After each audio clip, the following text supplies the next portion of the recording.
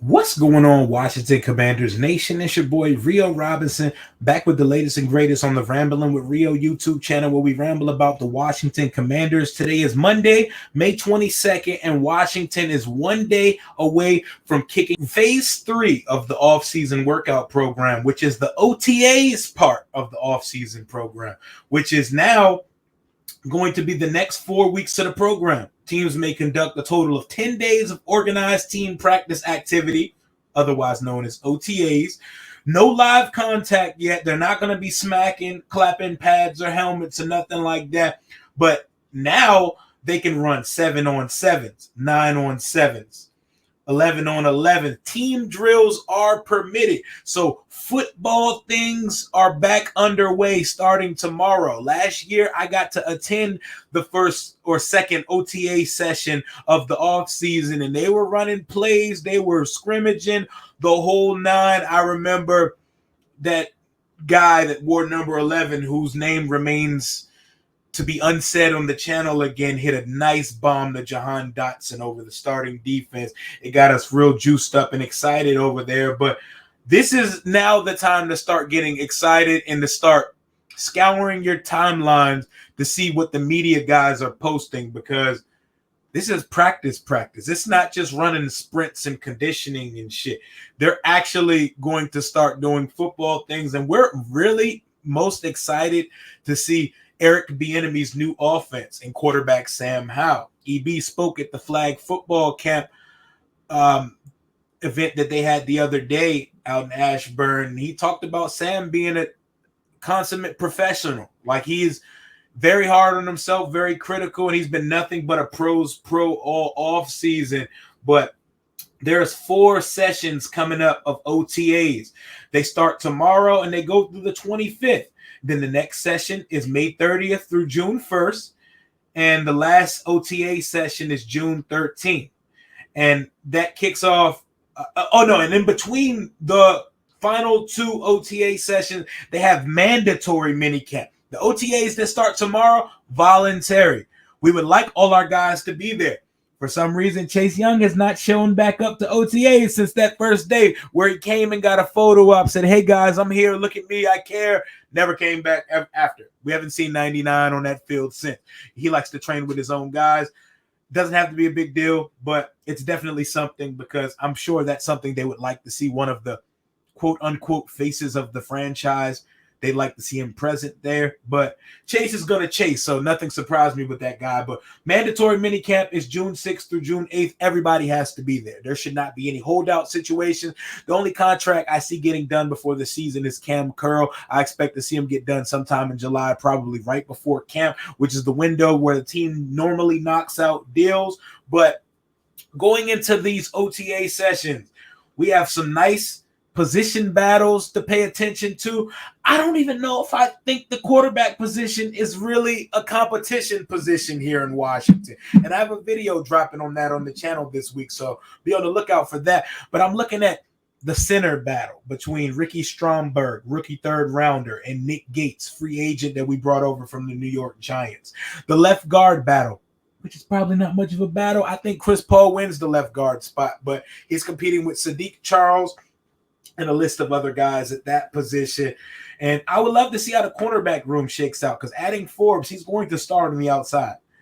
And is it going to be St. Juice or Fuller opposite him? I think the fan base is pretty split into factions as far as who does it, but I just think we have a complete cornerback room now, especially with Quan Martin in the nickel, Forbes on the outside, and the combination of St. Juice and Fuller to go opposite them on the outside.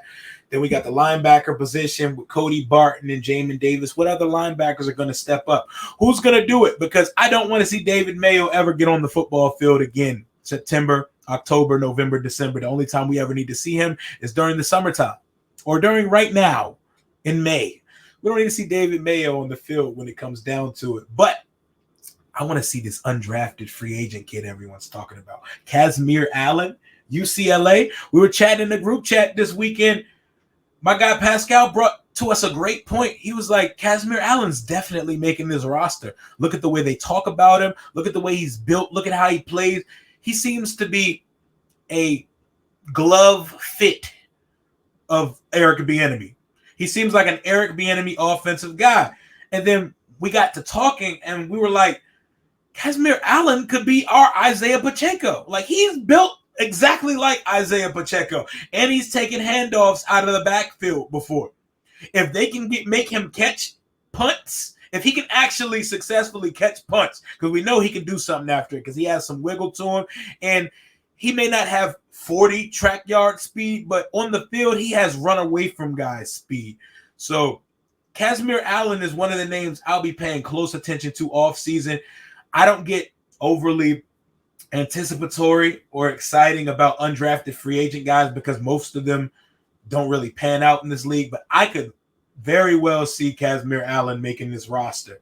If at anything, a special teams emergency wide receiver guy, because it shouldn't take much to unseat Dax Milne, but we shall see. Number 10, I got my eyes on you in Curtis Samuel's old number. I want to see Sam Howell's rapport with the guys at OTA. Hopefully, I'll be able to go to one of these sessions. I may or may not have an invitation to see the team during one of these OTA sessions. And if I do, I'll definitely have y'all an in-depth, full, fleshed out analysis of what I witnessed that day.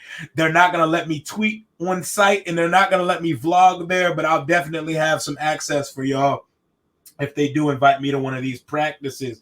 But I'm looking to see how Sam and his weapons get acclimated. Honestly, I don't even care about the defense because I know the defense is good, and all they did was add pieces to an already good defense.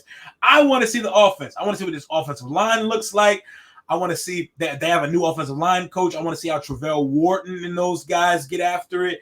And Eric Bieniemy. I want to see Eric Bieniemy and Sam Howell. They are the storylines for the 2023 season. Yes, the Chase Young, Montez Sweat thing, but the defense is the defense, and they're going to ball. They're going to ball. The question marks of this team surround the quarterback and the offensive coordinator. A quarterback everybody slept on.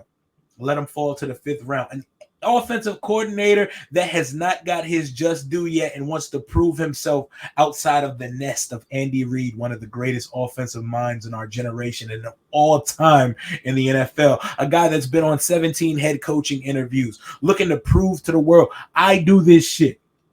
This offense is my baby. I want to show you guys exactly what I'm capable of. I want to see those West Coast principles put on the field. I want to see the highlight reels. I want to see Sam slinging it down the field. It's time. Football things are back in Ashburn as OTA's first session of OTAs in the phase 3 of the Washington Commanders offseason kicks off tomorrow morning. So be on the lookout tomorrow for on social media, the team social media, all the media guys, because you're going to be hearing things coming out of Ashburn. And I'm looking to see how they divvy up these quarterback reps because I don't think it's a quarterback competition. I think Jacoby Brissett is high-end insurance. I think it's Sam's job, and I don't think they would have stuck their neck out and left their football souls into the hands of this guy if they were unsure if he would beat Jacoby Brissett out for the starting quarterback position for this team. But I could be wrong, but I'm very intrigued to see how they play that out. The running backs, Brian Robinson, Antonio Gibson, Chris Rodriguez.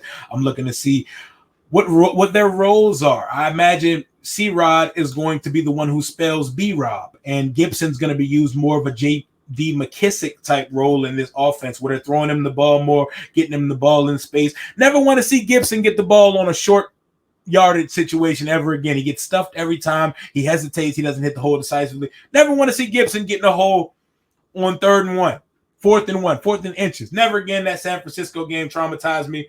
Never again. I'm excited, man. Eric Bieniemy. I want to get out to OTAs because I want to hear that energy in person. I've heard about it. I want to see it. I want to witness it with my own 2 eyes. I want to see it in 4K. I want to shake Eric Bieniemy's hand, meet him, see what that energy is like up close, man, because he seems like an infectious guy, a hard ass that means business. Business, who's preaching finish to our players. I'm excited. Let me know in the comments what you're excited about seeing in Washington's OTA session and then eventually mandatory minicamp.